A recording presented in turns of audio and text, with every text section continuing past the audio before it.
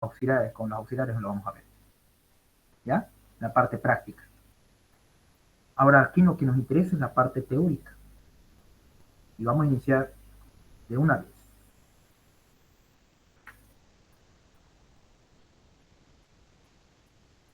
Ahora sí. Bien, semiología neurológica. En la semiología neurológica siempre tenemos, pero que siempre tenemos que iniciar con el interrogatorio, chicos. Tras que venga el paciente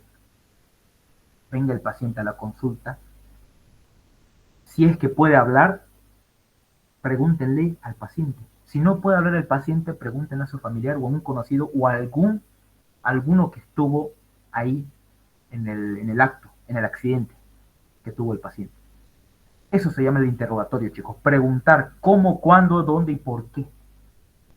¿Cuándo, cuándo, dónde y por qué? Interrogatorio. Se interroga, se pregunta. ¿Listo? Muy bien. Entonces, vamos a ver también la inspección. ¿Cómo viene el paciente caminando? Si viene caminando, si viene consciente, inconsciente, ¿cómo se ve su cara? ¿Cómo se ve su marcha? Pregunta de examen es la marcha, y la fase y la actitud. Preguntas de examen. Palpación, percusión, ocultación, vamos a hacer también. Exploración de la motilidad, vamos a hacer eso en la práctica. No les voy a nombrar mucho esto se hace en la práctica. Exploración de la sensibilidad también se hace en la práctica. Síndrome sensitivo, pero vamos a ver.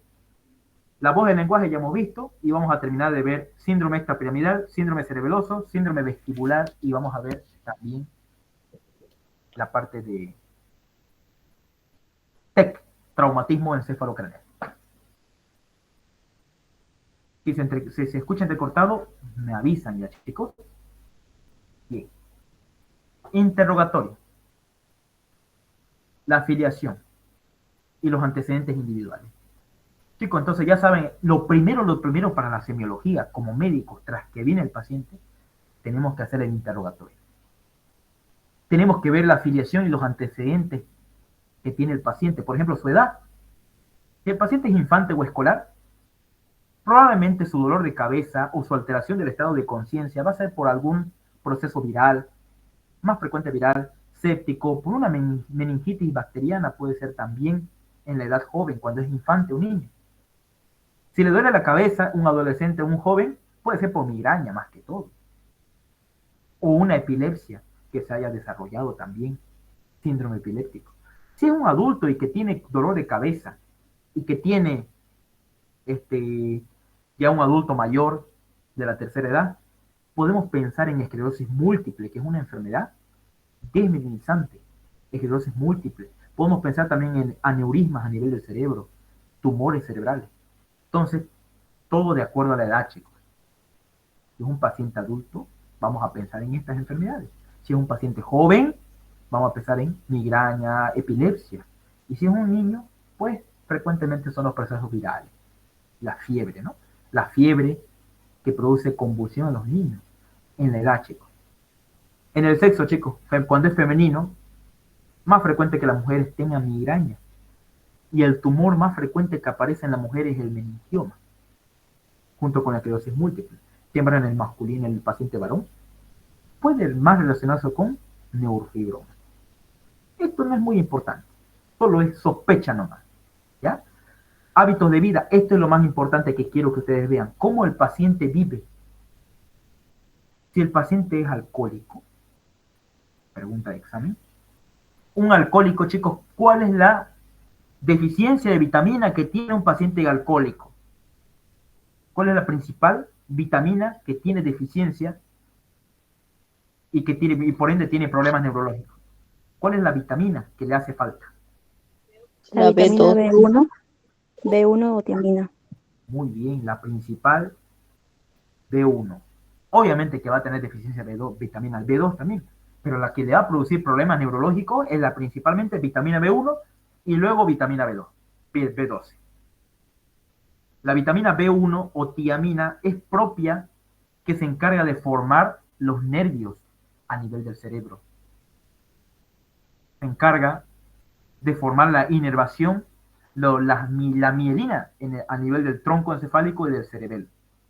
la mielina, ese color amarillento que tiene el cerebro, la mielina. ¿Quién se encarga? La vitamina B1 o tiamina. Y los pacientes alcohólicos, cuando toman mucho alcohol, tienen deficiencia de vitamina B1, que se llama encefalopatía de Wernicke, pregunta de examen. ¿Qué es la encefalopatía de Wernicke? Es un problema neurológico por deficiencia de tiamina o vitamina B1 que el paciente alcohólico no consume. ¿Y eso qué le produce? Que haya un daño a nivel del cerebelo, del puente, del bulbo, del mesencéfalo, desmineralizando esa parte. Al cuerpo mamilar también lo afecta, ¿ya? Y produce al paciente esto de acá, la famosa triada de la encefalopatía de Wernicke. Ataxia. ¿Por qué, chicos, produjo ataxia la encefalopatía de Wernicke? ¿Quién me puede explicar por qué hay ataxia? ¿Por qué hay ataxia, chicos, en la encefalopatía de Wernicke? ¿Por qué se está dañando qué cosa? ¿Él? ¿Quién se está dañando? En la encefalopatía de Wernicke, ¿quién se está dañando? ¿Él? Cerebelo. Muy bien. Va a haber ataxia cerebelosa. ¿Por qué estos pacientes también tienen confusión? Por las vías, obviamente, propiamente dichas de las vías corticales. Va a tener confusión mental y va a tener aquí la O, que es la oftalmoplejía. ¿Por qué tiene oftalmoplejía el paciente con encefalopatía de Wernicke? Porque afecta al nervio oculomotor, ¿no? Oftalmoplejía. Y es debido a una deficiencia de tiamina. No se olviden, la triada: confusión, oftalmoplejía y ataxia cerebelosa. Si el paciente sigue y no hace tratamiento, va a desarrollar lo que es el síndrome de Korsakoff. Pregunta de examen.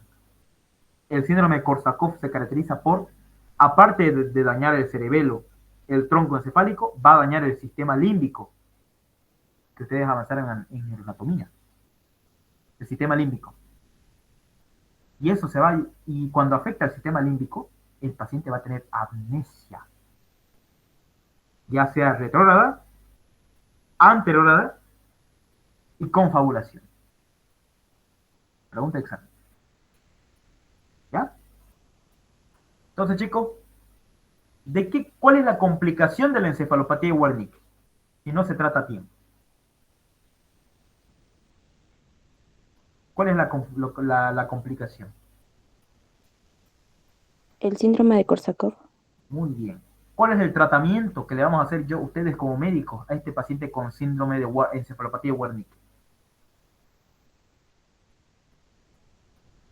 Si le falta tiamina, que es vitamina B1, ¿qué le van a dar al paciente?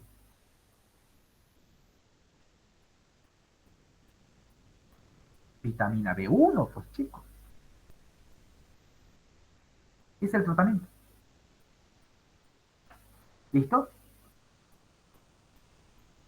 ¿Qué es lo que se aumenta, chicos, aquí de la encefalopatía de Wernicke cuando se complica en síndrome de Korsakoff? ¿Cuál es la clínica que se aumenta?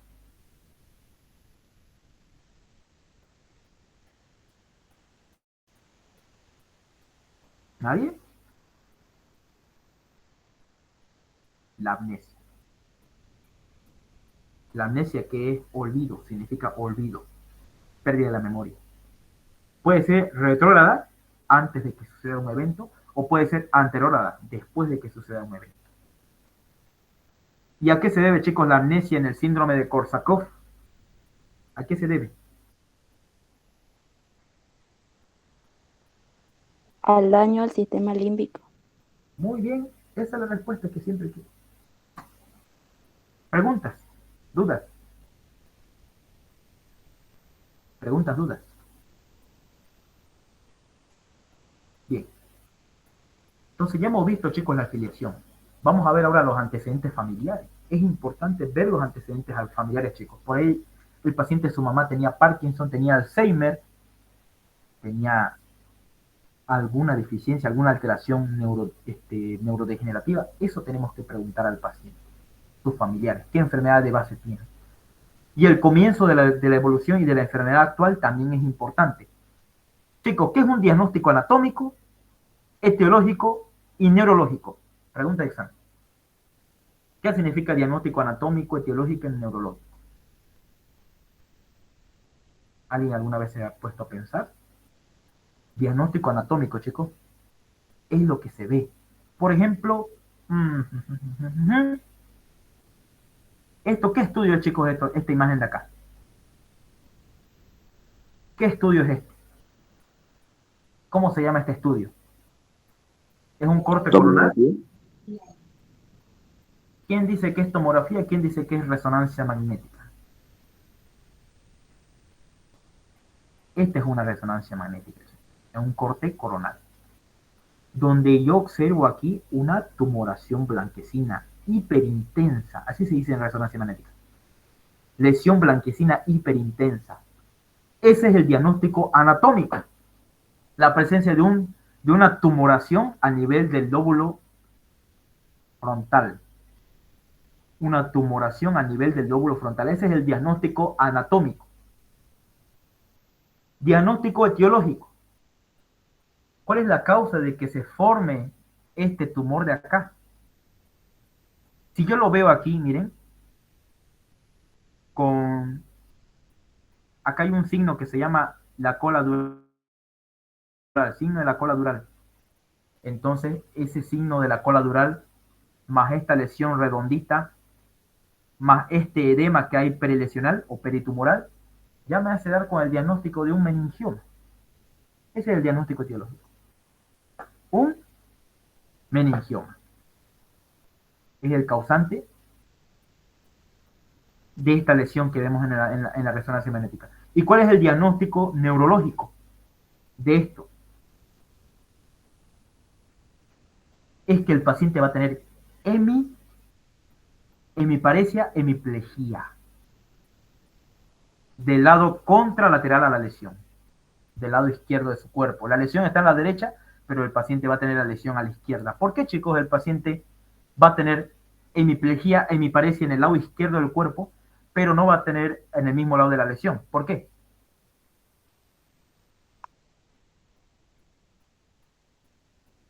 ¿Quién me puede decir el por qué? Porque las fibras motoras se entrecruzan a nivel del bulbo. Porque las fibras motoras se entrecruzan a nivel del bulbo. Excelente. Muy bien. Ahora miren, ¿qué más puede tener mi paciente? Puede tener alteración de la vía sensitiva, hemianestesia, hemihipoestesia puede tener el paciente, porque va a dañar el área 1, 2 y 3 de Brodmann, este meningioma. Entonces ese es el diagnóstico neurológico. Hemianestesia, hemiparesia, hemiplegia, hemihipoestesia. Diagnóstico neurológico. ¿Se entendió hasta ahí, chicos, la diferencia en un diagnóstico anatómico, etiológico, neurológico? ¿Se entendió?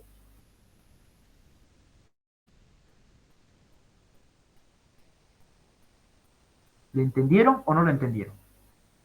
Sí, ok. Vamos con otro ejemplo. Chicos, ¿cuál es el diagnóstico entonces etiológico de esto? Es mire, bordes regulares, hiperintenso en la resonancia magnética y un edema peritumoral, hipointenso, oscuro, miren, y signo de la cola dural, ese cuernito que sale. ¿Cuál es el diagnóstico etiológico? Un meningioma. Meningioma, el tumor más común, más frecuente en la mujer. Y esto aquí, chicos, ¿qué estudio es este? ¿Qué estudio es este? Resonancia ¿Una magnética tomografía? es una tomografía axial computarizada cerebral, donde yo encuentro a este nivel una lesión a nivel parietal, a nivel parietotemporal, encuentro una lesión. ¿Cuál es el diagnóstico de esto? ¿Qué es esto? Miren, una hipodensidad en el centro, porque hay líquido, y un halo hiperdenso alrededor, y con edema perilesional, oscuro. Entonces hay un halo hipo, hiper, hipo. ¿Cuál es el diagnóstico de esto? Y es focalizado, es en un solo lugar. ¿Cuál es el diagnóstico anatómico, chicos?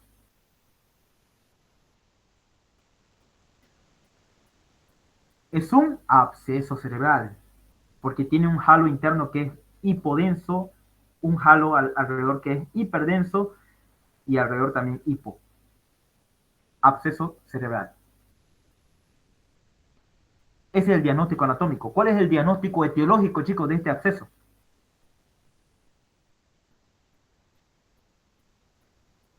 Diagnóstico etiológico. Vamos, chicos, ¿cuál es la causa de un absceso cerebral?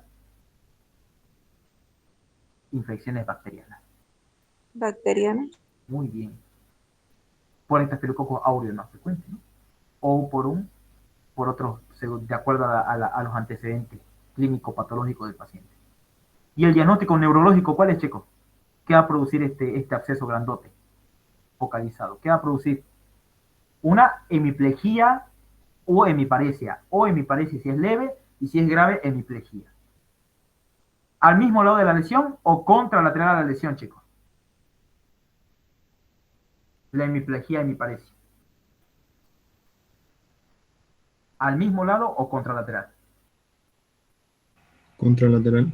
Contralateral, muy bien, porque si hay una lesión en la corteza izquierda, la lesión se va a manifestar en el lado derecho del cuerpo. Y el paciente va a tener fiebre. Una hemiplejía con fiebre o una hemiparesia con fiebre, ya tenemos que pensar en un absceso cerebral. Si es una hemiplejía sin fiebre, en un tumor o en un ACV isquémico o hemorrágico o un trauma.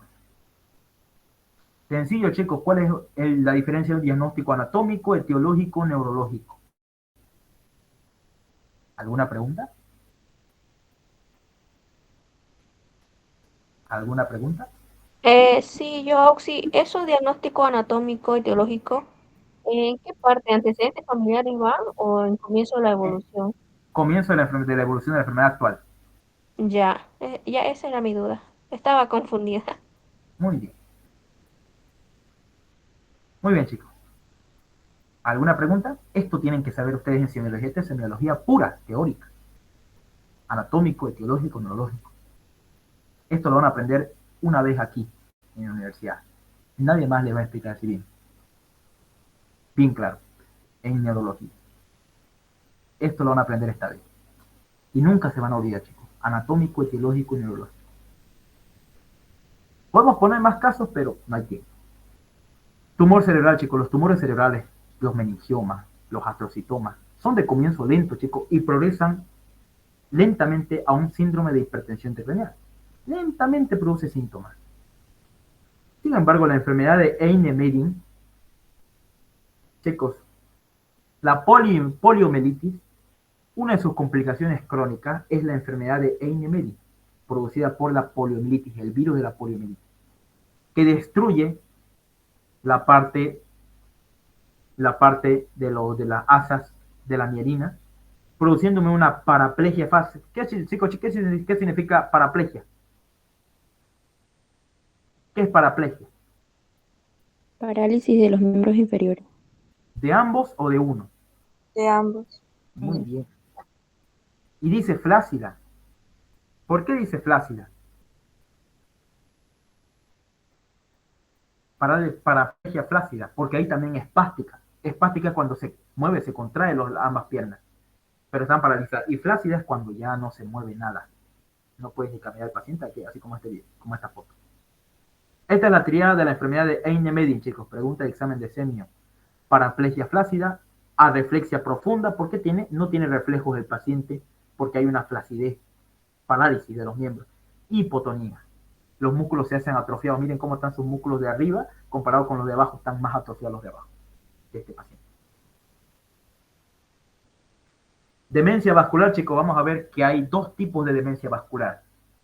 Por un ACV isquémico o por un ACV hemorrágico. Y vamos a ver también procesos degenerativos que se llaman enfermedades neurodegenerativas más frecuentes. Chicos, ¿cuáles son las dos enfermedades neurodegenerativas más frecuentes en nuestro medio? Que lo han visto en patología. Vamos, chicos. ¿Cuál es? ¿Puede repetir la pregunta, Oxy?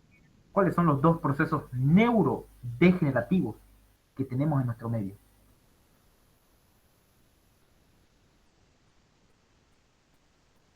Enfermedades neurodegenerativas del cerebro. Hacen que el cerebro se haga más chico. ¿Cuál? La enfermedad de la Alzheimer. La La esclerosis múltiple. Muy bien, muy bien. Los primeros son Alzheimer, luego viene enfermedad de Parkinson y luego viene la esclerosis múltiple. Muy bien, excelente. El comienzo brusco de un cuadro de hemiplegia, escuchen bien esto, lo que dice el libro, el comienzo brusco de un cuadro de hemiplegia, hemiparesia, con pérdida de la conciencia, orientada hacia un insulto cerebrovascular de tipo hemorrágico o embólico. El mismo más lento es por trombosis. Entonces, chicos, cuando una persona, un paciente tiene un comienzo brusco de hemiplegia, hemiparesia, rápidamente, con pérdida de la conciencia, el paciente se tira al suelo, ¿en qué podemos pensar? Rápidamente tiene el paciente hemiplegia, hemiparesia, pérdida de la conciencia, se cae, se desmaya. Si es agudo, si es rápido, es por un ACV. Chicos, ¿qué significa en medicina ACV? ACV. accidente cerebrovascular. Muy bien. ¿Cuál es su otro nombre del ACV? Es el ictus. ¿Ya? Ictus. Es lo mismo que accidente cerebrovascular. Paciente que tenga de comienzo brusco hemiplegia, hemiparesia, con pérdida de la conciencia, podemos pensar en un ACV. Que puede ser hemorrágico si es agudo, hemorrágico, o en un embólico, por una embolia. Puede ser agudo y puede ser lento cuando se trata de una trombosis. Chicos, entonces la demencia vascular, ahorita vamos a ver que hay dos tipos de ACV. Hay dos tipos de ictus o de ACV, hemorrágico e isquémico. ¿Ya? Chicos, un ictus isquémico es el más frecuente. ¿Y a qué se debe, chicos, un ictus isquémico? ¿A qué creen que se debe? Miren, toda esta parte de aquí del cerebro se va a podrir, se va a infartar en la parte del cerebro. Ese es un ACV isquémico. ¿A qué se puede deber, chicos? A una obstrucción total de las arterias cerebrales. En este caso, chicos, ¿qué arteria cerebral es esta acá que están viendo en la imagen? ¿Qué arteria es esta? Cerebral media. Es esta cerebral media, muy bien. Una obstrucción a este nivel de la arteria cerebral media puede hacer que se obstruya el paso de sangre. Si es súbito, es por un émbolo, por una embolia, por un émbolo, por un trombo, un émbolo arterial. Va a llegar y va a obstruir la arteria cerebral y va a hacer que toda esta parte de aquí se isquemie y se vaya infartando. Produce infarto cerebral. ACV isquémico conocido como infarto cerebral. El 85% de las veces lo tienen los pacientes. Si es de lenta progresión, es porque acá hay una placa de ateroma y se está de a poquito se está obstruyendo. Ese es de tipo trombótico. Y cuando es embólico, ya es más súbito. Cuando es trombótico, es más crónico. Se clasifica en aterotrombótico, que es el que yo le estaba diciendo, cardioembólico, que viene del corazón, un trombo que se forma en el corazón y que viaja al cerebro, infarto lacunar, ¿ya? Que ocurre a nivel de los ganglios basales, un infarto inhabitual y uno indeterminado. Así se clasifica. ¿Cuál es la causa, chicos, de un ACV isquémico entonces? ¿Cuál es la causa? Una obstrucción, ya sea súbita o progresiva, de las arterias cerebrales. ¿Y qué es un ACV hemorrágico, chicos? Conocido como derrame cerebral. Es cuando una arteria, ¿qué pasa, chicos, con esa arteria? En este caso, ¿qué está pasando? Miren. Se rompe. una arteria se rompe o un aneurisma se rompe, produciendo ACV hemorrágico o derrame cerebral. Representa aproximadamente el 15% de los ACV o de los ictus. Y se clasifica hemorragia cerebral o intraparenquimatosa y hemorragia subaracnoidea. ¿Se entendió, chicos? ¿Hasta ahí lo entendieron? La diferencia de un ACV isquémico y hemorrágico. Entonces, ¿qué nos quería decir su dos? Nos quería decir que el ACV hemorrágico o embólico o cardioembólico me puede producir un cuadro súbito de hemiplegia, hemiparesia, con pérdida de la conciencia y el paciente se cae. ACV. Esto de aquí tiene alta mortalidad, chicos, si nosotros no hacemos un diagnóstico rápidamente. ¿Listo? ¿Alguna pregunta que tenga? ¿Alguna duda?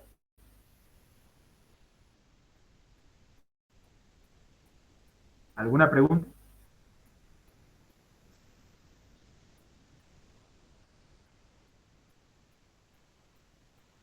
¿Alguna duda, chicos?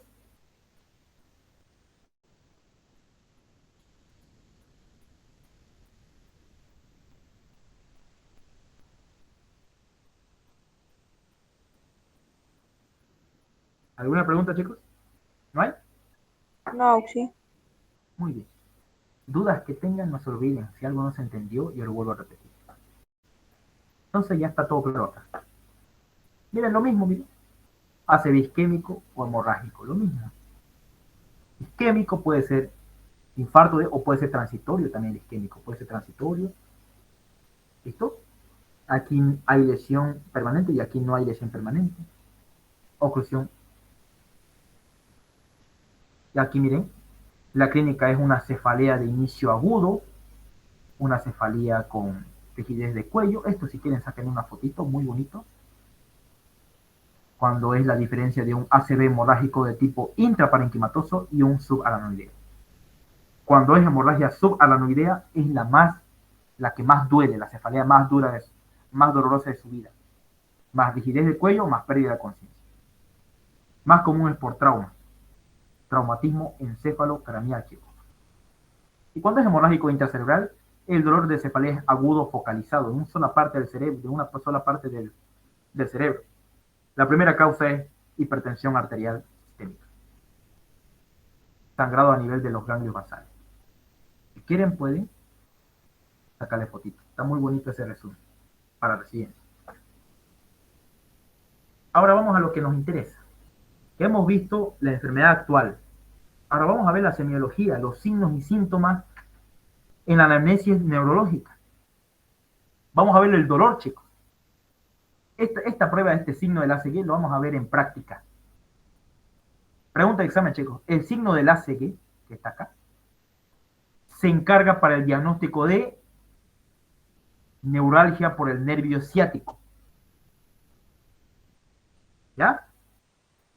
Lo vamos a ver en un momento. Esto lo vamos a hacer en práctica. El signo del Hermité también lo vamos a hacer en práctica. Dolor, chicos.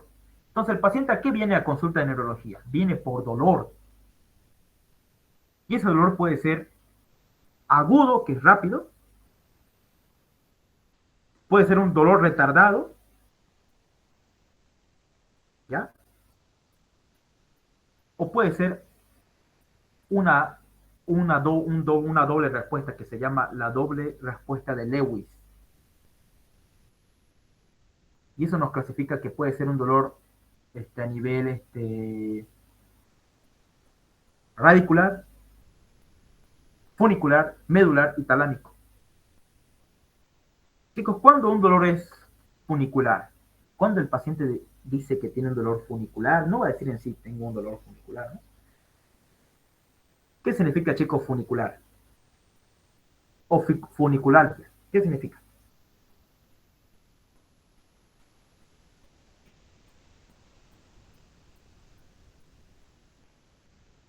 Es cuando nosotros palpamos un grupo muscular o donde pasa el nervio y el paciente le duele. Ese es un dolor funicular. ¿Ya?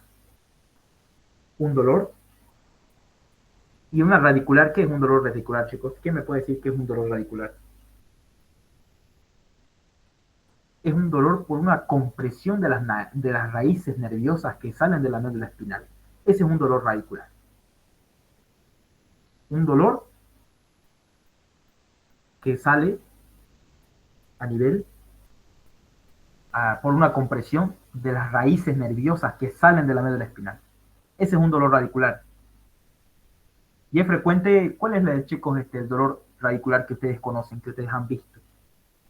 Nómbrenme ustedes un ejemplo de dolor radicular.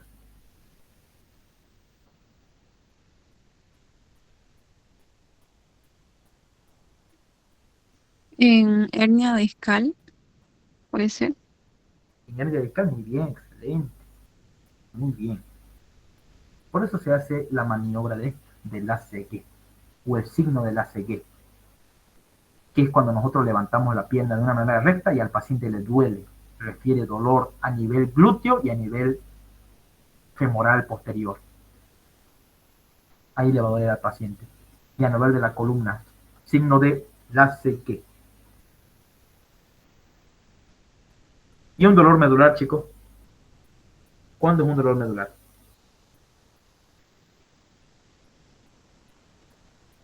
Cuando hay un daño a nivel de la médula espinal, un daño dentro de la médula espinal. Por ejemplo, esto aquí, chicos. Por ejemplo, esto aquí, chicos, ¿qué estudio es este de acá? ¿Qué estudio es este? Es una resonancia magnética de columna cervical, donde nosotros encontramos aquí al puente, al bulbo. ¿Y esto aquí qué es, chicos? ¿Esto aquí qué es?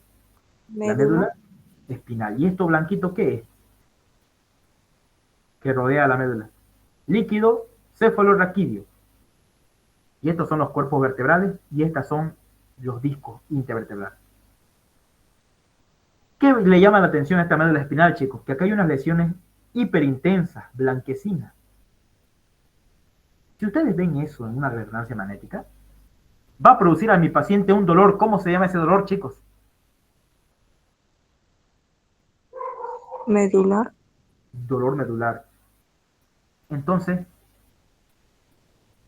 el diagnóstico anatómico es una lesiones hiperintensas focalizadas en la médula espinal. La etiología, ¿cuál es? Esclerosis múltiple. Síndrome o el diagnóstico neurológico, ¿cuál va a ser? Dolor de tipo medular. Ahí está, chicos, miren, unas lesiones a nivel de la médula espinal. Esta es una esclerosis múltiple desminimizante que destruye la mielina. Y al paciente le vamos a hacer una maniobra que se llama el signo del Hermite. Chicos, ¿qué es el signo del Hermite? Lo vamos a hacer en la práctica.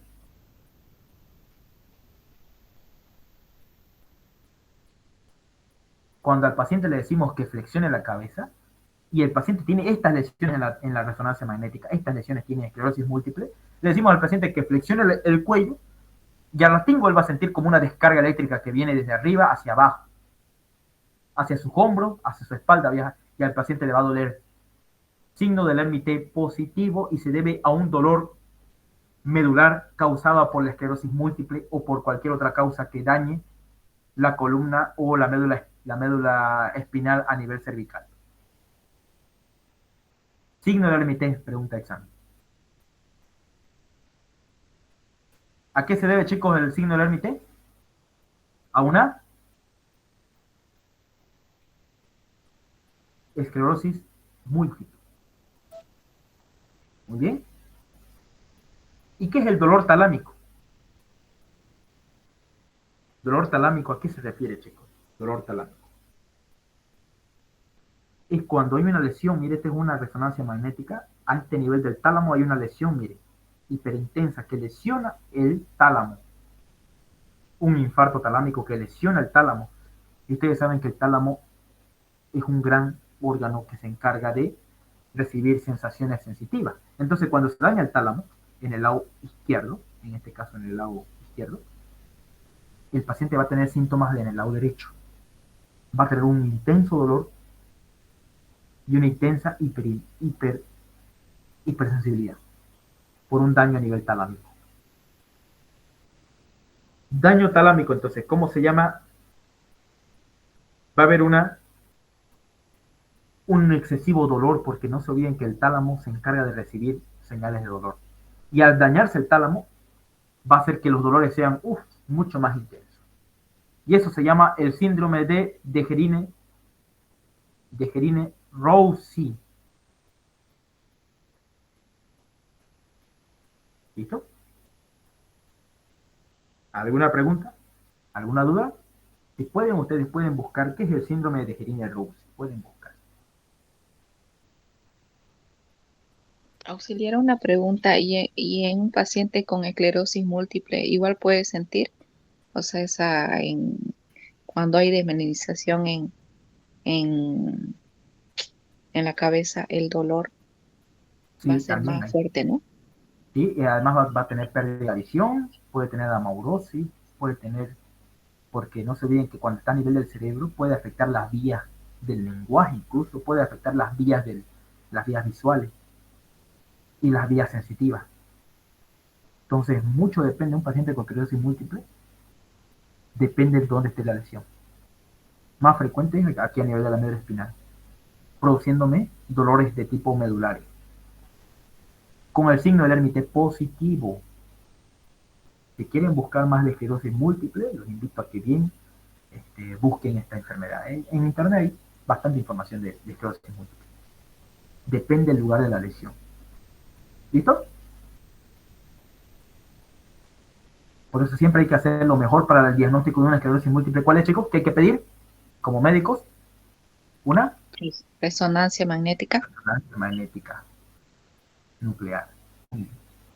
Esta secuencia es en secuencia T2, porque se ve el líquido cefalorraquídeo blanco. Hay secuencia T1, secuencia flight, secuencia fiesta, secuencia aguja, tantas secuencias que hay. Bien, no nos vamos a ir a ese tema. Parálisis y paresia. Ustedes ya saben la diferencia de una parálisis y de una paresia. ¿Saben todos, chicos, cuál es la diferencia de una plejía y de una paresia? ¿Saben todos? ¿Sí, no? Lo hemos avanzado el día de ayer, los que pudieron entrar. La diferencia de una paresia con una plejía. ¿Bien? Ambliopía. ¿Quién me dice qué es una ambliopía? Ambliopía, chicos, es una disminución de la visión. Y una amaurosis, ¿qué significa amaurosis? Ausencia de visión, no hay visión, eso significa amaurosis. ¿Y qué significa ambliopía?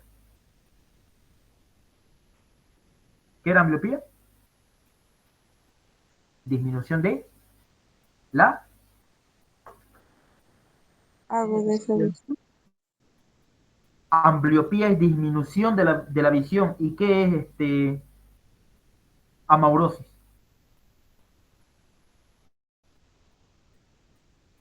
Ausencia de la vista. Muy bien. Y cuando yo les diga amaurosis fugaz, ¿a qué se les viene a la cabeza? ¿Qué enfermedad les viene a la cabeza? Amaurosis fugaz. ¿Qué enfermedad que hemos hablado ayer se les viene a la cabeza? Amaurosis fugaz.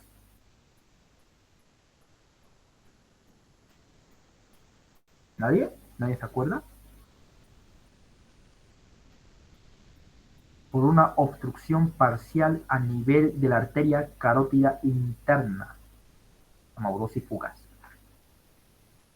Y también aparece en esclerosis múltiple. Amaurosis fugaz.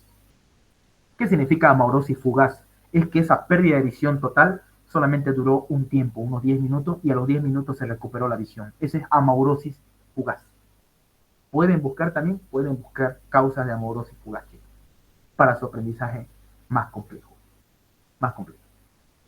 Trastorno de esfínteres también puede tener mi paciente. Puede venir a la consulta por un trauma de columna, un trauma automovilístico que hizo que se lesione el plexo sacro, y eso produjo vejiga de shock, vejiga refleja, vejiga neurogénica. Tipos de vejiga. Cefaleas, chicos, hay varios tipos de cefaleas, ¿no? Cefaleas pueden ser orgánicas, funcionales, psicógenas, constitucionales, pueden ser las cefaleas. Varios tipos de cefaleas.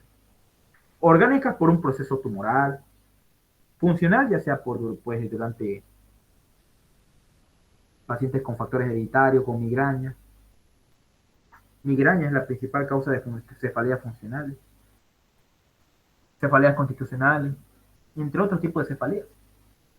Y también puede venir el paciente por... Lo más frecuente, chicos, es que el paciente venga a la consulta de neurología por dolor de cabeza. Y nosotros tenemos que saber diagnosticar un dolor de cabeza. ¿Cuál es la causa? Trastorno de sueño, chicos, esta es pregunta de examen. Anoten bien. El paciente también puede venir con trastorno del sueño, que mucho duerme, dice el paciente. ¿Eso qué se llama, chicos? Cuando el paciente mucho duerme, mucho tiene sueño.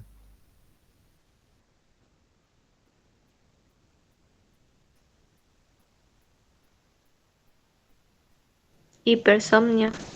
Muy bien. Pregunta de examen, chicos. La hipersomnia en un adulto, ¿cuándo lo consideramos una hipersomnia patológica? Porque hay también fisiológica. Hipersomnia fisiológica es cuando uno se amanece estudiando y se duerme, después toda la noche se está durmiendo hasta la mañana. Ese es por un sueño acumulado, se llama hipersomnia fisiológica. Cuando una hipersomnia es patológica, que no tiene causa aparente y que directamente ya tiene sueño. ¿Cuándo es una hipersomnia patológica? Cuando el paciente adulto duerme más de 10 horas.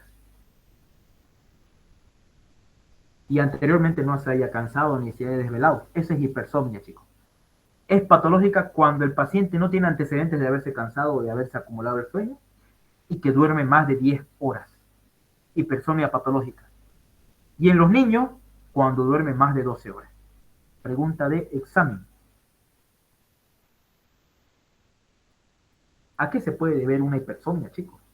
Patológica.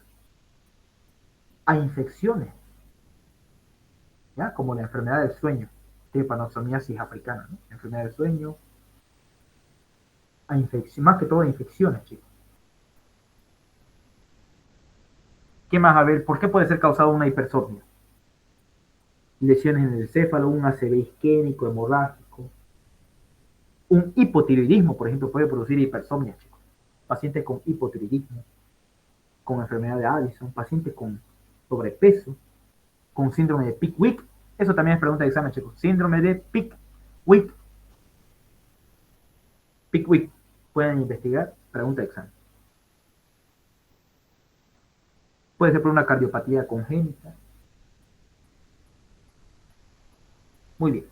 Y puede ser por una la narcolepsia también. Pueden buscar qué significa narcolepsia. Causas de hipersomnia patológica. ¿Alguna pregunta?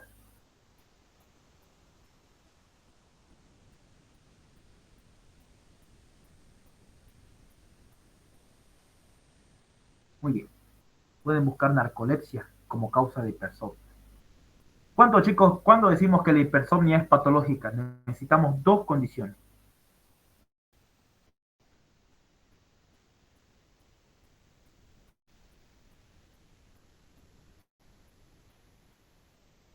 ¿Cuándo decimos que la hipersomnia es patológica en un niño? Necesitamos dos condiciones. Vamos a ver lo que están presentes. ¿Vamos? ¿Cuándo decimos que una hipersomnia es patológica? Cuando duerme más de 12 horas. Y que no tenga ningún antecedente de sueño retenido. Muy bien. ¿A qué se puede ver? Infecciones como la enfermedad del sueño, encefalitis, accidentes cerebrovasculares, cardiopatías congénitas, como la tetralogía de Fayot, narcolepsia, pacientes con hipotiroidismo, pacientes con enfermedad de Addison. Pregunta de examen. Insomnio, chicos, ¿qué es insomnio?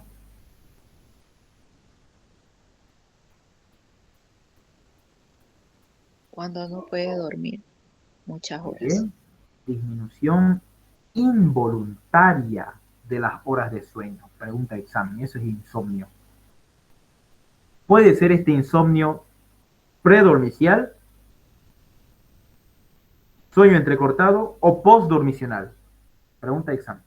Puede ser predormicional, o sea, antes de dormir. Predormicional, sueño entrecortado, o puede ser postdormicional. Eso fue pregunta de examen. El predormicional es cuando el paciente concilia el sueño con dificultad, chicos. Ese es insomnio predormicional.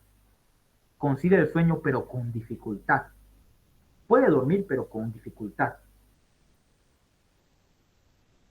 ¿Ya? Ese es predormicional.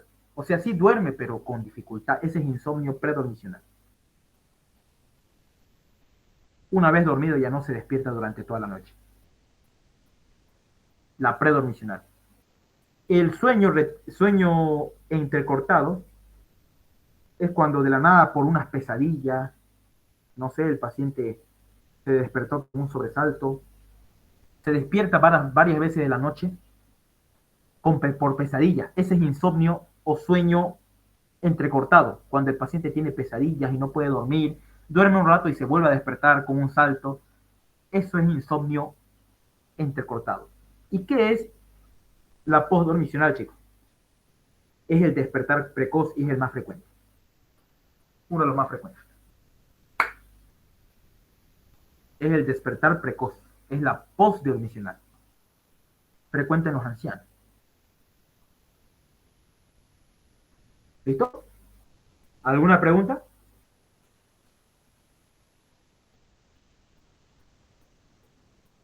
¿Y qué es parasomnia, chicos?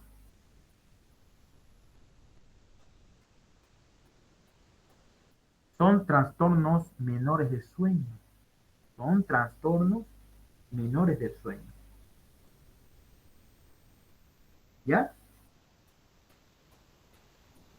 Puede ser el sonambulismo, por ejemplo. Las pesadillas que el paciente tiene. Ese es parasomnia. Pesadillas, pero no a repetición. Pesadillas nomás. Una vez, por ahí. No a repetición. Pesadillas, sonambulismo, son parasomnias, chicos. Trastornos menores de sueño, pregunta de examen. Insomnio ya sabe que es predormicional, sueño entrecortado y postdormicional. Y la hipersomnia es el aumento de la cantidad de sueño mayor a 10 horas en el adulto y mayor a 12 en los niños, sin antecedentes de sueño retenido. ¿Alguna duda, chicos, que tengan? A mí me gusta que me pregunten. Pregunten, dudas que tengan.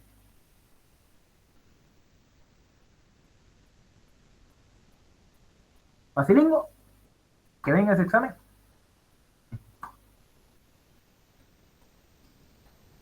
Vamos, chicos, ¿facilingo? ¿Que venga ese examen? ¿O muy difícil?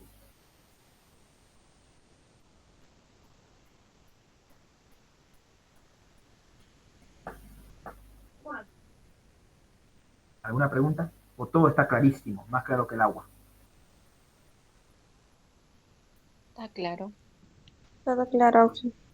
Muy bien. Entonces, si un paciente se duerme y se despierta cada vez por pesadillas, varias veces por pesadillas, ¿qué se llama eso? Para insomnio. Varias veces. No una vez. Varias veces. Insomnio entrecortado. Eso. Sueño entrecortado, muy bien. O insomnio entrecortado. Varias veces en la noche despierta, duerme, despierta, duerme, despierta. Y la parasomnia solamente una vez. Son trastornos menores de sueño, no se olviden, pregunta de examen. Parasomnia. Eso, cuando un adulto duerme más de 10 horas, pero no refiere a antecedentes patológicos, podría deberse a qué auxiliar.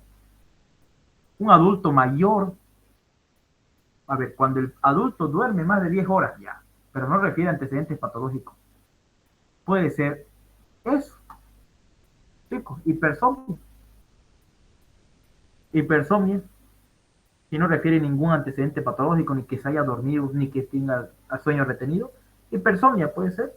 ¿Cuáles son las causas? Muchas causas. Tenemos que pensar de acuerdo a...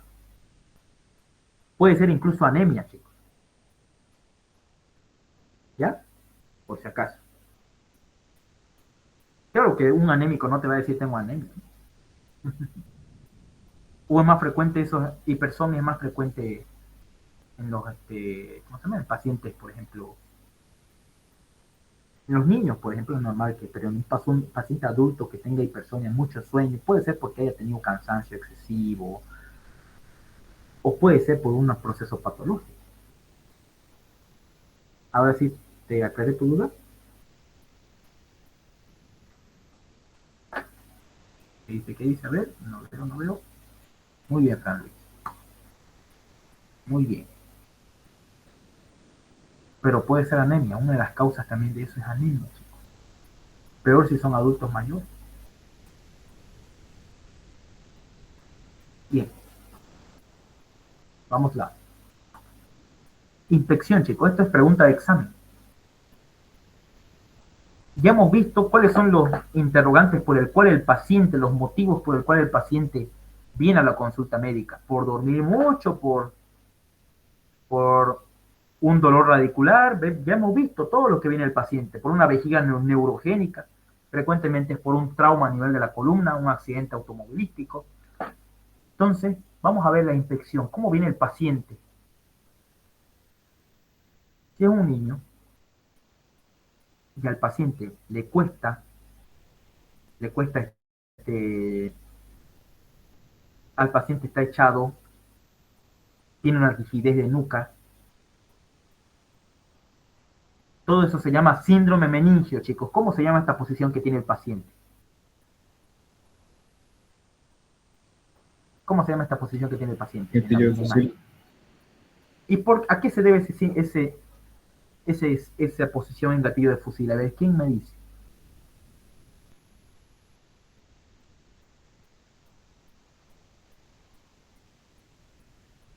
Al paciente le va a doler aquí en la región glútea y le va a doler en la región pélvica. Por eso el paciente tiene una hiperalgesia, hipersensibilidad a nivel a este nivel. Y tiene una flexión a nivel de la columna y los músculos de la cadera, de la espalda, por una meningitis bacteriana o abacteriana. A eso se debe esa posición que tiene el paciente en gatillo de fusil. Este síndrome, chicos, puede ocasionarse como fotofobia. El paciente va a tener miedo a mirar a la luz. Y este síndrome se llama síndrome meningio. Y vamos a ver aquí un poco de los síndromes meningios, porque entra en el examen. A ver, síndrome meningio, no veo síndrome meningio. Aquí está. Síndrome meningio, chicos. ¿Cuáles son los signos semiológicos que ustedes tienen que hacer para diagnosticar un síndrome meningio? Sencillo, chicos. Los antecedentes que haya tenido mi paciente de algún dolor de cabeza, porque el paciente viene refiriendo con dolor de cabeza intenso, continuo, con fiebre y con fotofobia, la famosa triada del síndrome meningio, y rigidez de nuca. Dice que siente una rigidez de nuca. Entonces, ¿cómo evaluamos nosotros esa rigidez de nuca?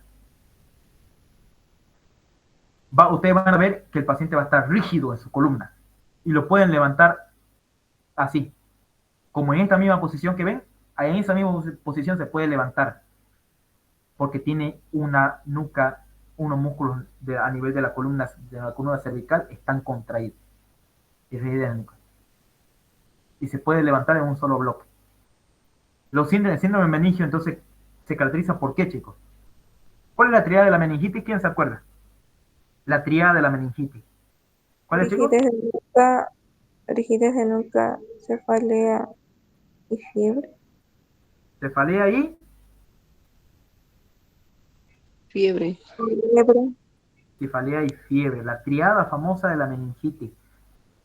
Ahí se añade también la fotofobia, que no pueden mirar eso por una hipersensibilidad, hiperalgesia, ¿ya?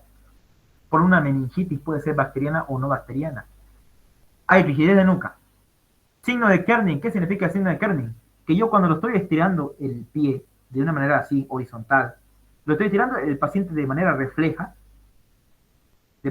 lo flexiona la rodilla que yo estoy levantando de forma recta. Y al flexionar, eso se llama signo de Kerning. Y se debe a una hiperalgesia a nivel glútea y pélvica. Y el signo de Brudzinski es que cuando yo elevo la cabeza flexionando el cuello, el paciente flexiona reflejamente la rodilla. ¿Listo? Signo de Brudzinski. Pregunta de examen. Signo de Brudzinski, signo de Kerning y rigidez de nuca se encuentran en el síndrome meningio.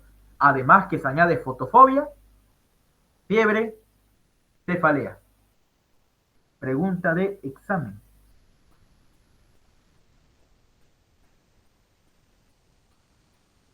Paso examen, chicos. Hacha. Bien. Entonces, posición en gatillo de fusil. Bien. ¿Dónde hay, chicos, hiperestesia? ¿Dónde hay hiperestesia?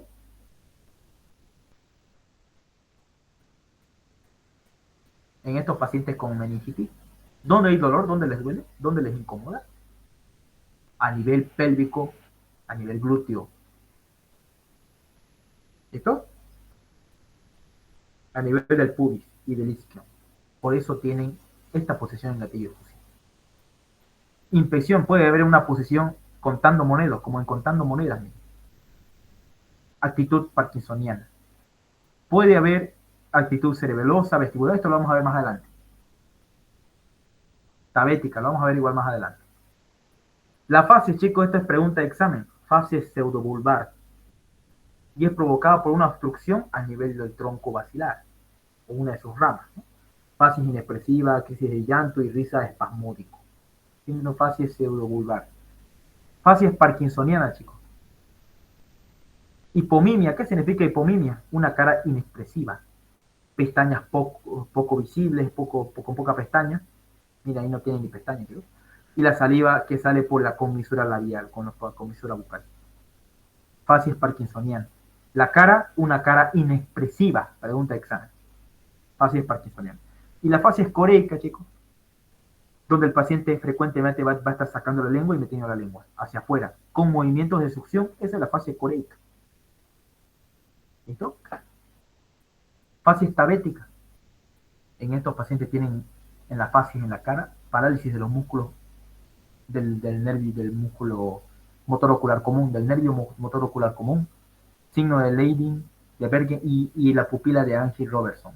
Todo esto aquí se debe a la fase tabética a un daño a nivel del nervio del tercer par craneal, oculomotor. Parálisis ocular va a tener. Chicos, pregunta de examen. ¿Quién se acuerda cuál es la causa de la tabes dorsal? Sífilis. Neurosífilis, muy bien. ¿A qué parte de la médula espinal daña? Aquí se ve.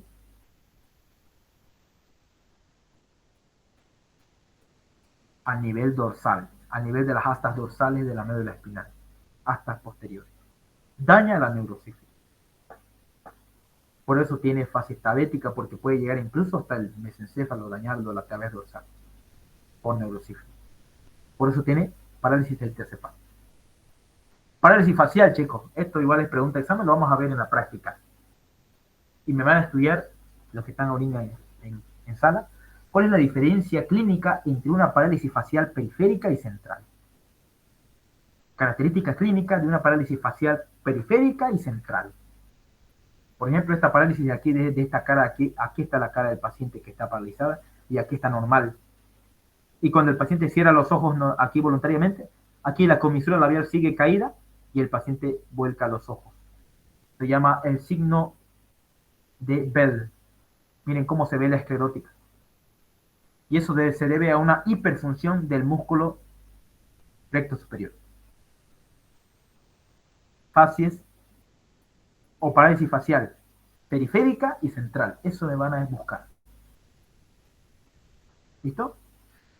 Hay una cara asimétrica, arrugas en la frente se borran, epífora y la lagostalmia. Miren, las arrugas de la frente no hay. ¿Qué significa la lagostalmia, chicos? Que el paciente tiene imposibilidad de cerrar su ojo de manera voluntaria. Epífora, ¿qué es, chicos? Aumento de la salida de lágrimas. Epífora. Fases de una parálisis facial. Fases de Hutchinson. ¿Cuál es la fase de Hutchinson, chicos? Hay una ptosis pectoral, dificultad para ver. Esto se ve frecuentemente en la enfermedad de Hutchinson. La que a mí más me interesa, la que es pregunta de examen, son estas acá. Facies parkinsoniana, facies coreica y la facies tabética. Esas son las más frecuentes preguntadas. El tipo de cara. ¿Listo? Y esto, chicos, me van a estudiar bien, bien, pero bien estudiado, chicos. Bien, bien, bien. La marcha. Los tipos de marcha que hay. Hay marcha hemipléjica. Hay marcha talámica. Hay marcha parkinsoniana. Entonces, todo eso ahí me van a estudiar los tipos de marcha. ¿Listo? Ya hemos visto la fascie, ya hemos visto las marchas. ¿Alguna pregunta que tengan?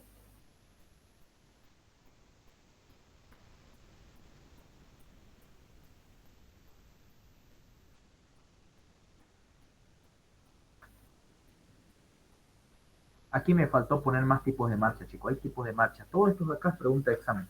Para su examen de ustedes, el tipo de marcha es la que yo quiero que ustedes estudien para el examen. Tipos de marcha que hay a nivel neurológico. Acá están, miren, los tipos de marcha que yo les puse. Me faltó poner más tipos de marcha. Estasia, base de charco, marcha senil. Van a estudiar bien marchas. Ahorita por el tiempo no podemos repasar, pero este tipo de marcha van a estudiar bien. Está en el libro. Los tipos de marcha a nivel neurológico. Es pregunta de examen, siempre. Palpación, percusión y auscultación.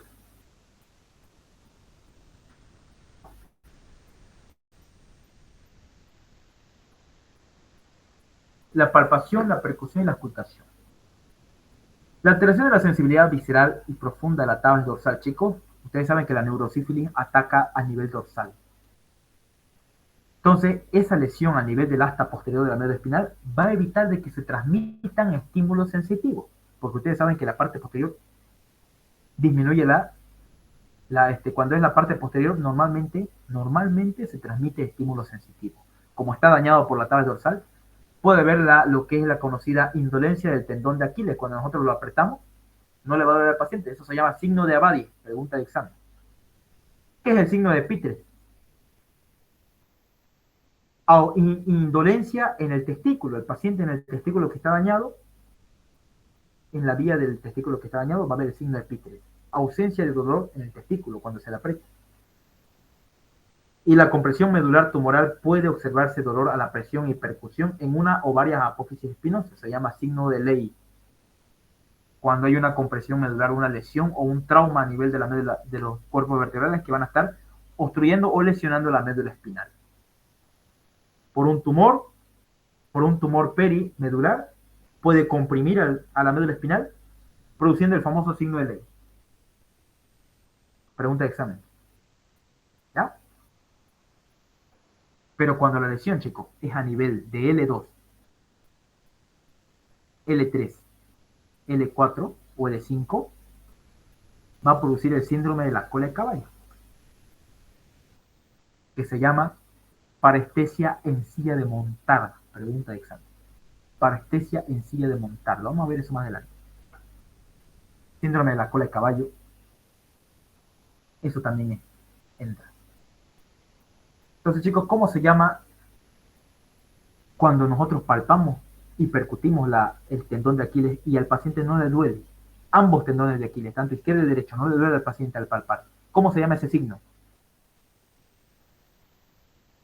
Signo de Abadie. Abadie. Y el signo de Pitres es cuando nosotros palpamos el testículo del varón y no tiene dolor, no siente el testículo. Entonces ese signo de Pitres y se debe a una tabes dorsal por neurosífilis. Y el signo de Ley, al comprimir a nivel posterior de la columna vertebral, hay dolor a la presión y a percusión cuando hay una lesión. Obviamente va a haber, ¿no? Se llama signo de Ley. Ya no se hace esa palpación porque ya produce mayores lesiones, ¿no? Esta motilidad de acá les voy a enseñar en práctica. Pero para la teoría, para el examen teórico, es el reflejo de Hoffman, es pregunta de examen. Esto de acá, reflejo corneopalpebral. Esto lo vamos a ver que son reflejos cutáneos profundos y reflejos cutáneos superficiales. Lo vamos a ver en la práctica.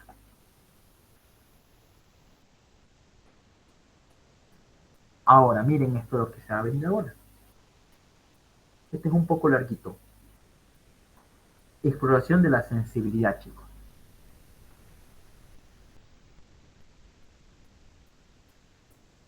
Lo que les voy a nombrar aquí, lo más importante es esto.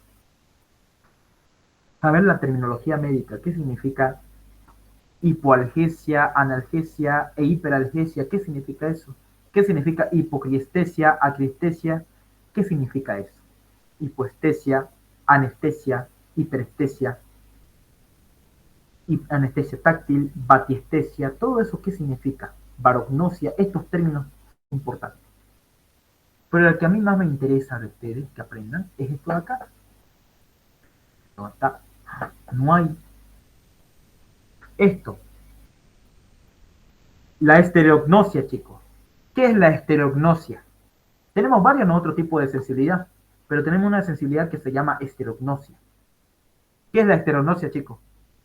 ¿Qué significa estereognosia? Pregunta de examen.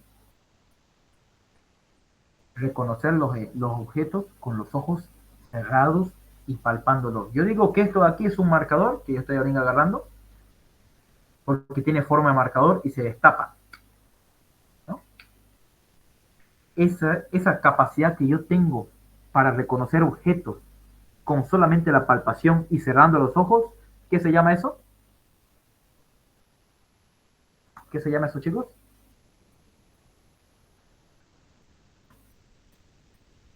Estereognosia. Estereognosia. Esto aquí arriba, ya es complicadísimo que les explique. Esto aquí sí es larga, sería la clase muy larga.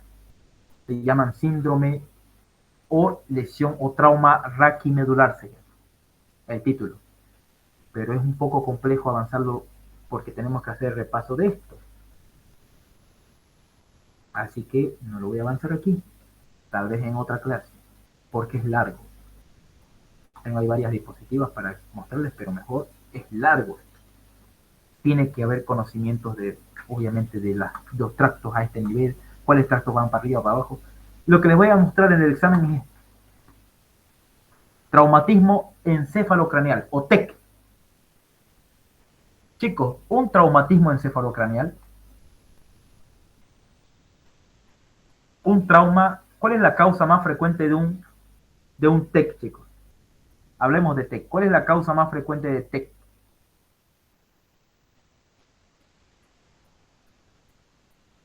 Un accidente automovilístico. Son los más frecuentes y caídas son las más frecuentes. En los jóvenes, accidentes automovilísticos. En los pacientes adultos mayores, las caídas de su propia altura. Traumatismo encefalocraneal. Vamos a hablar un poco de la semiología de esto. Cuando hay un trauma a nivel de la base del cráneo, ¿cómo se llama este signo de acá, chicos? Que ustedes están viendo ahí. Hay equimosis a nivel bipalpebral bilateral o periorbitario. ¿Cómo se llama este signo, chicos? ¿Cómo se llama? Signo del moretón. ¿Qué se llama? Ojos de mapache. Eso, signo de los ojos de mapache. Se debe a una extravasación de sangre que va de la base del cráneo hacia adelante, hacia nivel periorbitario. ¿Por qué está comunicado la órbita con el cráneo? Ustedes van a ver en la anatomía que sí está relacionado mucho en la órbita con el cráneo interior. Por eso produce esto, lo que es el signo de ojo de mapache. Y un trauma de la base del cráneo. Y este signo aquí, ¿qué se llama, chicos? Una equimosis retroauricular. ¿Qué signo se llama este? Equimosis retroauricular.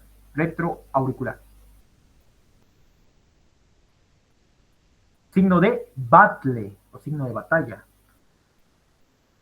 Chicos, la presencia de salida del líquido cefalorraquídeo por la oreja, por el conducto auditivo externo, se llama otolicorrea, la salida del líquido cefalorraquídeo por la oreja. Se llama otolicorrea y se debe a un trauma de base de cráneo. Y si sale por la nariz, chicos, líquido cefalorraquídeo por la nariz, se llama rinolicorrea.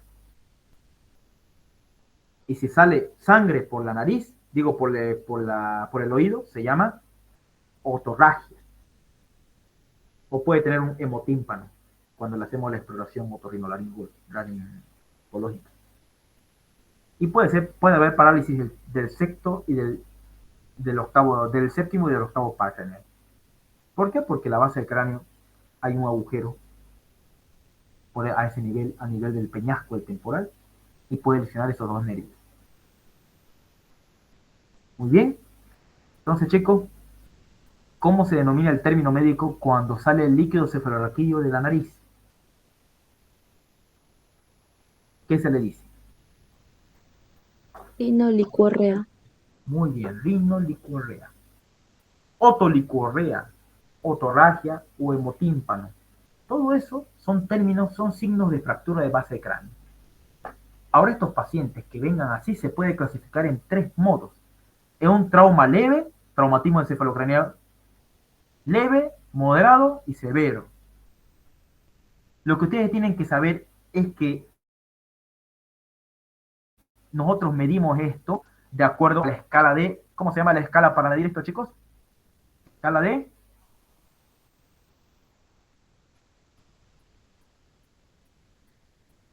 Glasgow.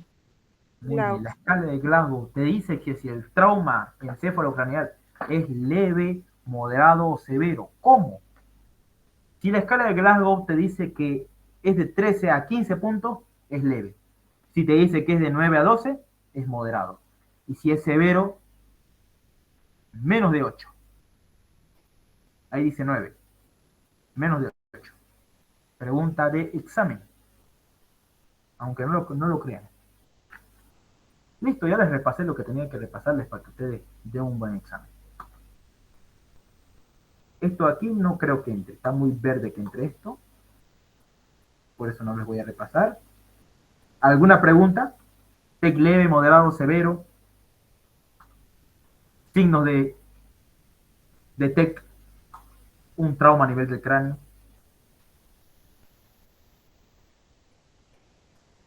Ahora vamos a avanzar en estos 2 cortitos.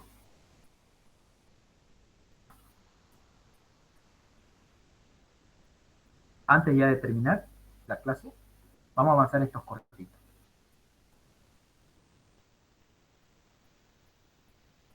Lo que pregunta es lo siguiente. ¿Cuál es el síntoma la clínica o el síntoma primeramente que aparece en la enfermedad del Parkinson? Es la rigidez. Pregunta de examen. La rigidez en el paciente con enfermedad de Parkinson es la primera manifestación clínica. Eso es lo único que pregunta. Vamos a avanzar, chicos. Síndrome cerebeloso. El síndrome cerebeloso, chicos, ¿qué es? Es cuando hay una lesión. ¿A qué se debe un síndrome cerebeloso? A una lesión a nivel del cerebelo. Y vamos a ver aquí 2 cositas importantes, chicos. Está integrado por los signos y síntomas que resultan de la alteración de las funciones del cerebelo. Chicos, ¿cuáles son las funciones que tiene el cerebelo? ¿Cuáles son las funciones que tiene el cerebelo? Nómbreme las 3 funciones. ¿Cuál? Equilibrio. El equilibrio, ¿qué más? Controlar el tono muscular de los músculos. Y la taxia. Chicos, ¿qué es taxia? Coordinación de los movimientos. Estas 3 funciones tiene el cerebelo normalmente. Y su daño o su ausencia de esto de acá se llama síndrome cerebeloso. Es un diagnóstico neurológico. ¿Cuáles son las causas, chicos, de un síndrome cerebeloso? Puede ser un tumor a nivel del cerebelo. Uno de los más frecuentes en los niños es el meduloblastoma y en los adultos, en los ya jóvenes o adolescentes, el astrocitoma. Puede haber infecciones bacterianas, abscesos cerebelosos, procesos desminimizantes como la esclerosis múltiple, degenerativos como la enfermedad de Alzheimer o la enfermedad de Wernicke, vasculares como el ACV isquémico y hemorrágico y síndromes cerebelosos paraneoplásicos. Síndromes cerebelosos paraneoplásicos, o sea, por un tumor cerebral. Estas son las causas de que haya este síndrome cerebeloso. ¿Listo? Ahora miren, ¿se acuerdan ustedes de neuroanatomía que teníamos nosotros según la filogenia? Un lóbulo flóculo nodular, un lóbulo anterior y un lóbulo posterior. Estamos repasando un poco de anatomía. Y ustedes saben que según la filogenia se llamaba arquicerebelo, paleocerebelo y neocerebelo. El arquicerebelo es esta de acá, miren, lo que están viendo ustedes aquí en la imagen. O mejor si les muestro en esta diapositiva. Aquí.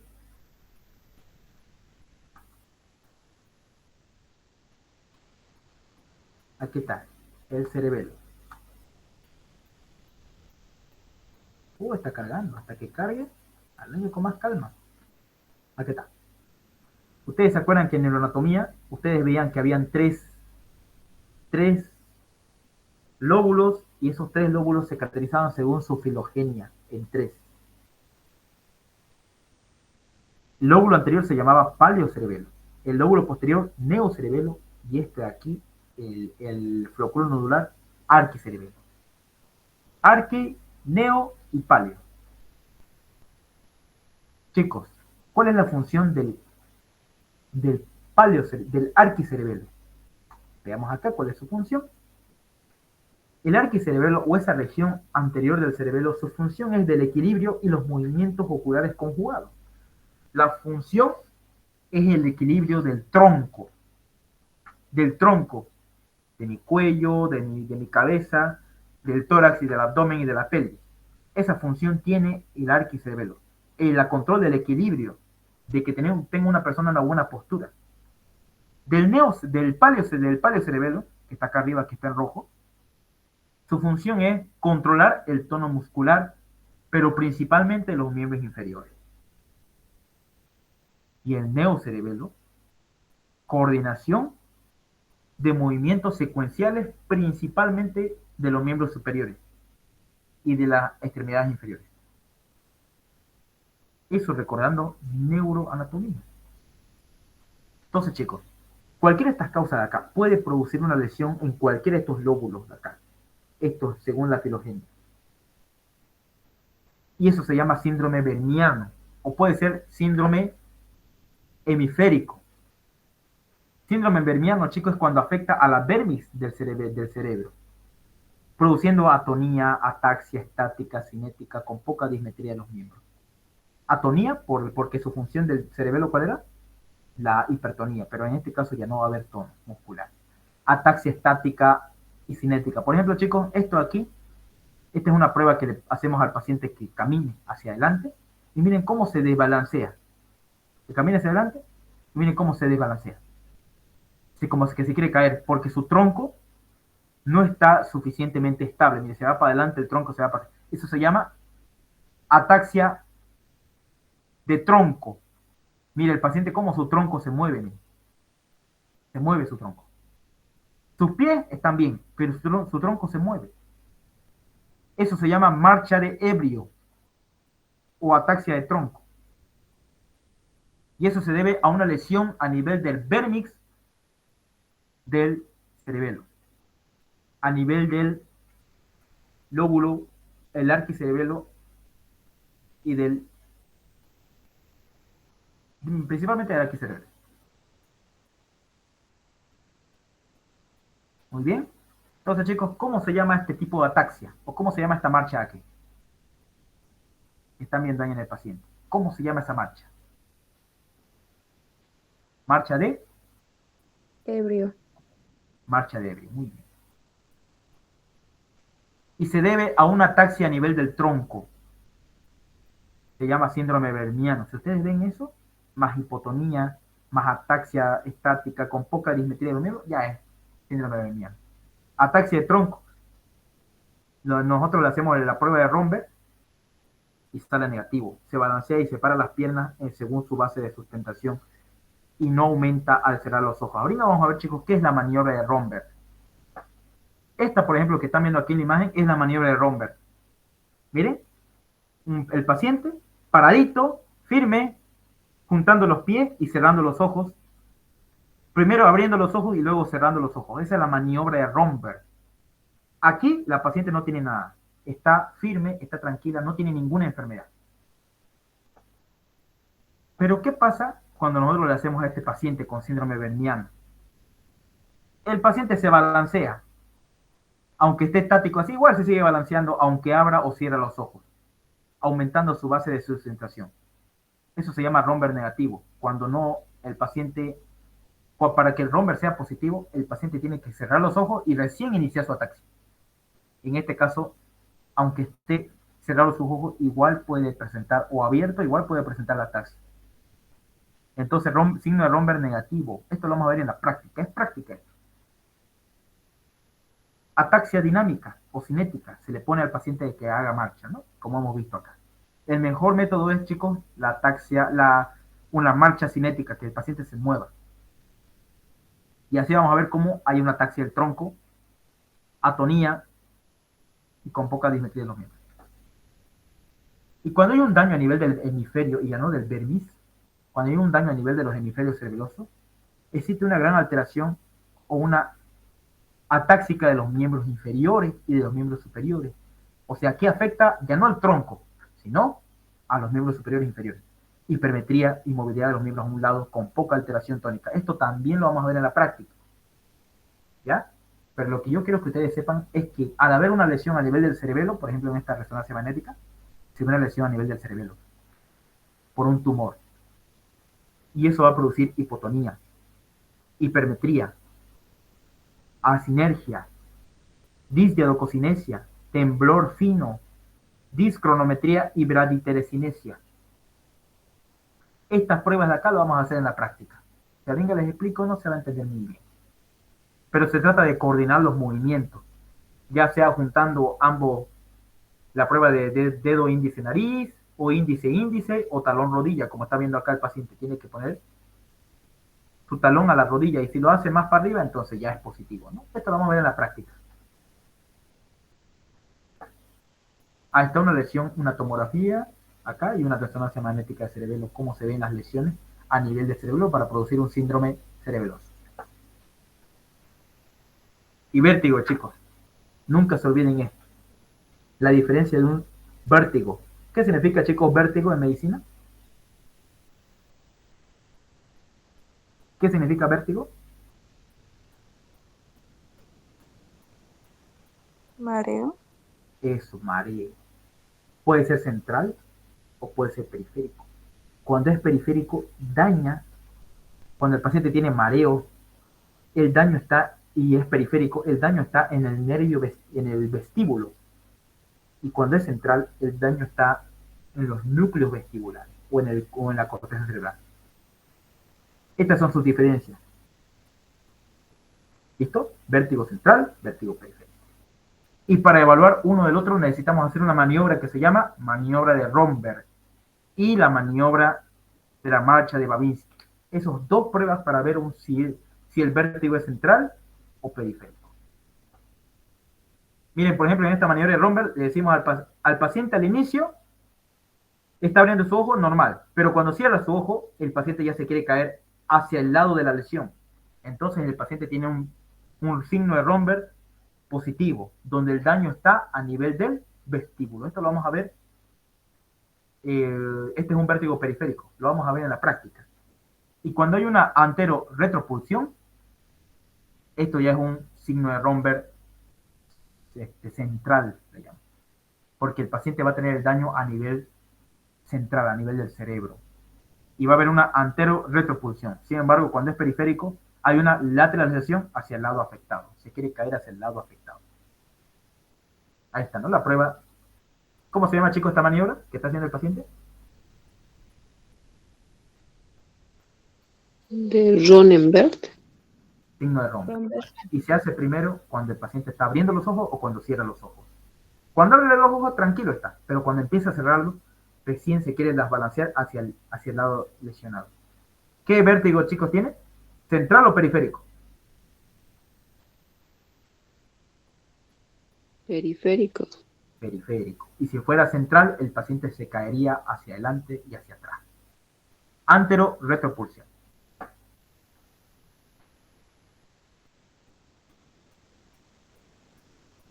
Y listo, chicos.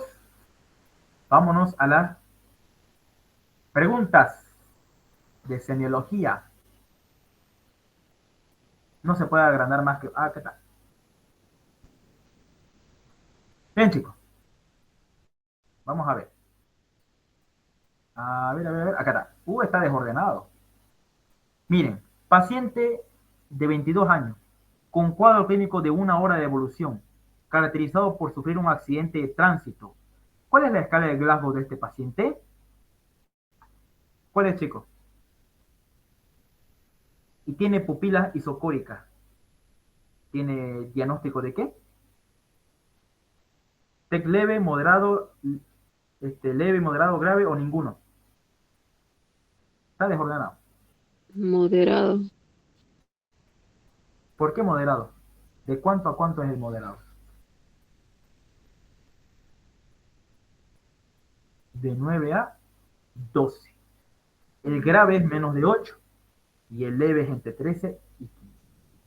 Muy bien, entonces es un TEC leve. Digo, moderado. Muy bien. Otro.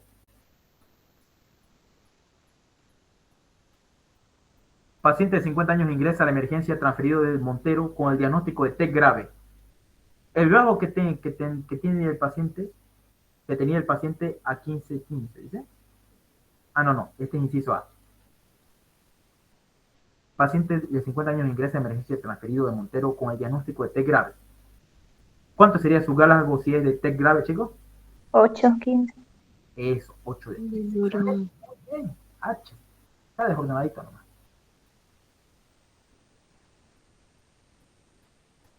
Entre los signos y síntomas neurológicos, la sensación anormal de un estímulo determinado provoca una sensación distinta, como las lesiones del nervio periférico. Se denomina, otra vez, entre los signos y síntomas neurológicos, la sensación anormal de un estímulo determinado provoca una sensación distinta, como las lesiones de los nervios periféricos. ¿Eso es qué se llama? Una sensación alterada, no dice dolor. Entonces, ¿cuál es aquí el inciso? Parestesia es disminución de la fuerza muscular. Paraplegia, disminución abolición de los movimientos de ambas piernas. Disestesia es alteración de la sensibilidad que debería tener, y dolor neurítico es dolor por lesión de los axones nerviosos. ¿Cuál es la respuesta correcta, chicos?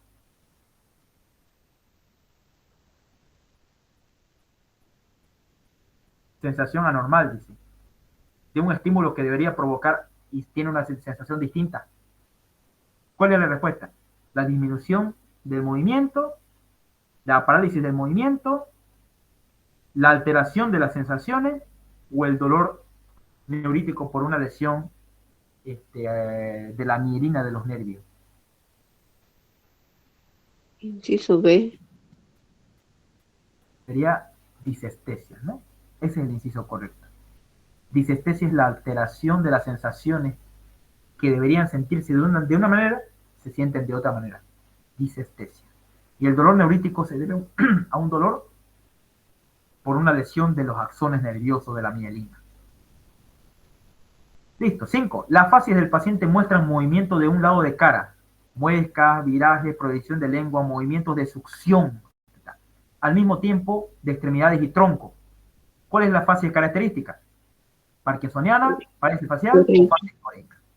Coreica. Muy bien. Facies coreica aquí, chicos. ¿Por qué facies coreica? Porque el paciente tiene movimientos de succión y al mismo tiempo saca la lengua y además tiene movimientos de las extremidades y del tronco. Hace muescas, entre otros. Facies coreica. por la corea de Sydenham o la corea de Huntington.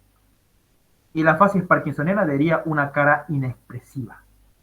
Y la parálisis facial hubiera dicho, no puede mover o se arruga la frente, ¿no? O no se arruga la frente. Aquí está, mira, chicos. La actitud en gatillo de fusil es típica en la...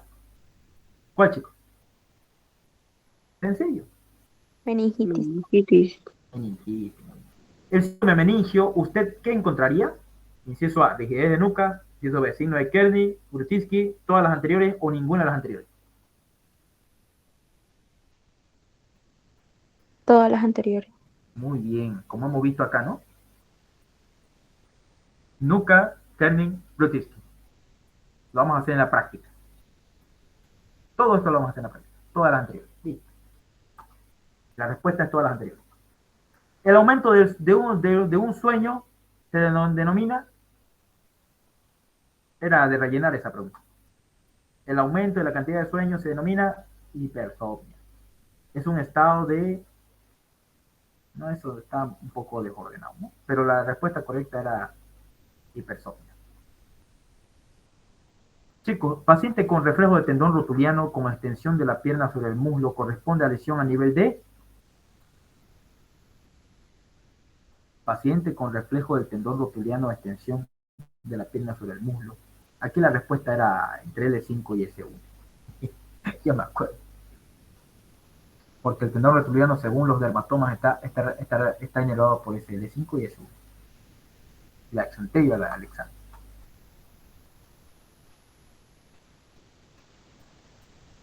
Chicos, miren, al examen el paciente refiere que tiene percepción de sonido en dos tonalidades distintas.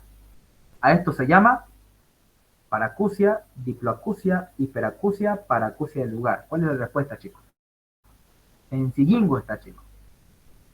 Hiperacusia es el aumento del sonido que uno escucha más fuerte. Paracusia del lugar es que uno escucha un sonido de lejos, pero debería estar cerca, pero lo escucha lejos. La paracusia es alteración del lugar del sonido y la diploacusia es la sensación de dos sonidos a la vez. ¿Cuál sería la respuesta? Diploacusia. Diplo. Sí. El paciente refiere a aumento de las horas de sueño. Se conoce a insomnio, parasomnia, hipersomnia, asomnia, hiperparasomnia. ¿Cuál, chicos, es? El paciente refiere a aumento de las horas de sueño. Eso es insomnio, parasomnia, hipersomnia. Listo. Paciente con dificultad de coordinación de los movimientos de la pierna con el balanceo del cuerpo. Se conoce como... Vamos a ver acá. Que tengo una de las que es pura memoria esto, chicos. A ver, dice acá, lesión en la corteza,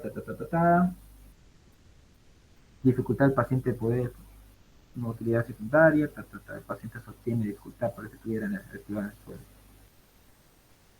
No llega adelante la punta del otro pie. Uy, acá. El paciente con dificultad de coordinación de los movimientos de la pierna con el balanceo del cuerpo. Ah, lo que hemos visto, chicos. Se balancea el cuerpo mientras camina, pero está bien las piernas. ¿Se llama eso? Marcha Diabética. No hay esa opción. Paciente tiene dificultad de coordinación de los movimientos. Cerebelosa. Eso. Más balanceado del cuerpo. ¿Qué síndrome sería, chicos? ¿Bermiano o hemisférico? Síndrome bermiano. Marcha cerebral.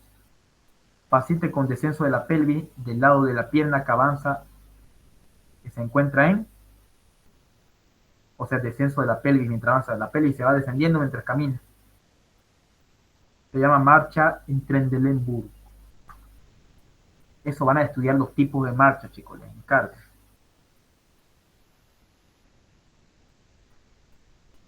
A ver, aquí está. Paciente con producción de verbal escasa, lenta, limitada con agruñidos. La denominación de las cosas alterada. ¿Cuál es el posible diagnóstico?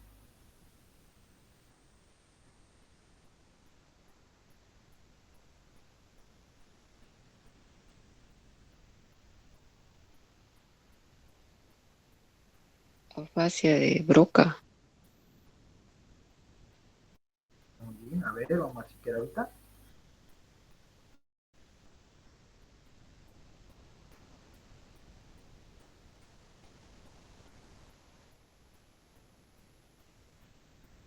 A ver, el paciente con producción verbal escasa, lenta, limitada a gruñidos. La denominación de las cosas está alterada. ¿Cuál es el posible diagnóstico? Muy bien. Afasia de Broca, porque el paciente no tiene una habla lenta o solamente gruñe, pero entiende, pero solamente no puede hablar, no puede producir palabras. Esa es afasia de Broca. Y listo, chicos. Creo que hasta ahí nomás. Sí, eso nomás era.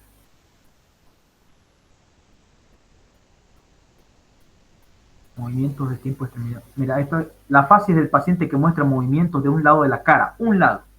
Muescas, viraje, proyección de la lengua, ya hemos visto, ¿no? Fase coreica. Esto me van a estudiar, chicos. Marcha, también la marcha orienta al tipo de lesión, ubicación cerebral. Paciente que agarra el suelo con sus dedos y avanza en tropezones con difícil de girar, sobre sí mismo a veces queda inmovilizado. Este caso se llama,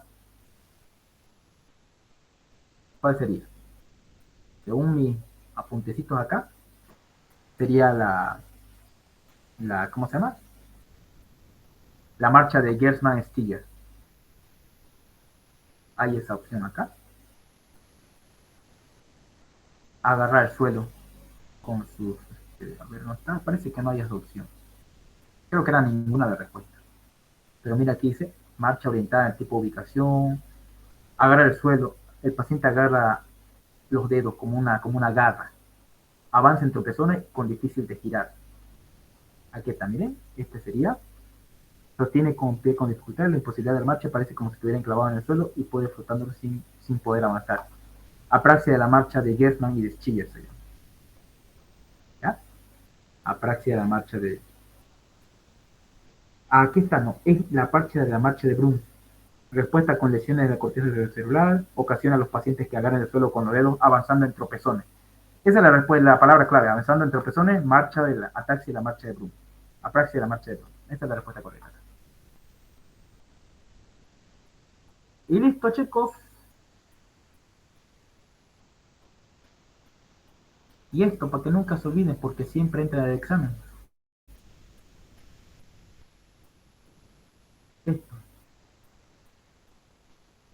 Esto, hipersomnia.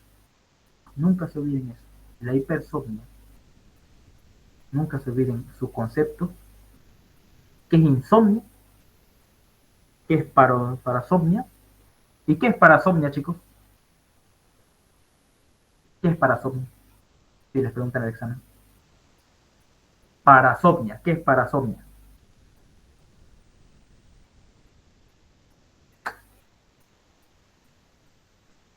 Y si te Son dos trastornos menores del sueño, como el eso, sonambulismo.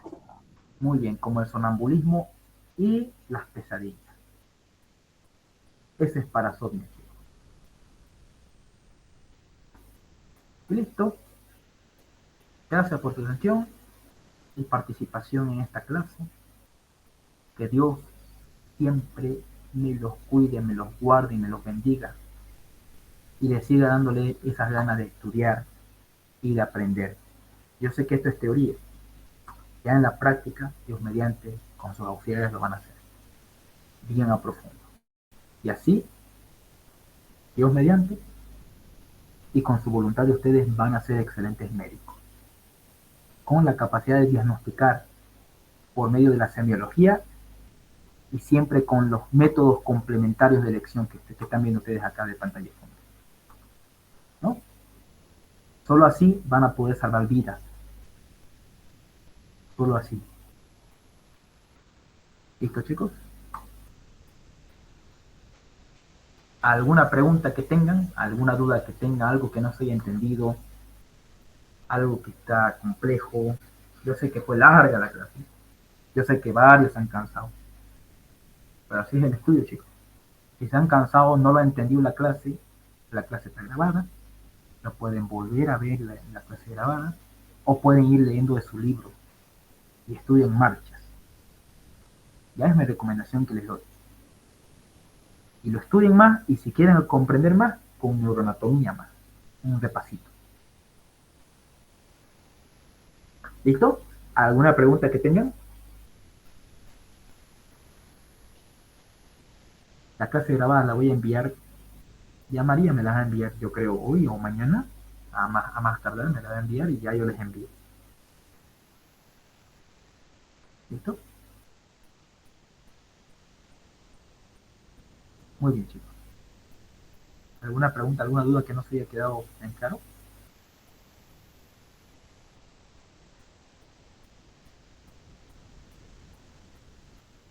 Ninguna, ¿no?